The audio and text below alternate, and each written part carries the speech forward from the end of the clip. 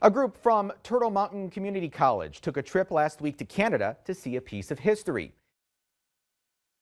Science and Engineering Society group, or AISES, was revived this school year at the college. This is them at an AISES conference in Spokane, Washington in October. They started off this semester with a nearly 3.5-hour drive to Winnipeg. The chapter president, Madison Mondi, says the reason they planned it was so that the group could bond, see more exhibitions about science, and learn about Canadian Indigenous peoples. I think it was really important to provide opportunities for our chapter members to see that we're not just on a reservation, we're everywhere.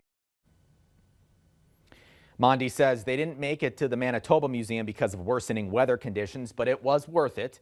Vice President of the chapter, Shia Lunday, said her visit opened her eyes to many cultures as well. It was like I felt really seen, not only that I got to see the Indigenous representation there at the museum, seeing our culture and learning even more about it.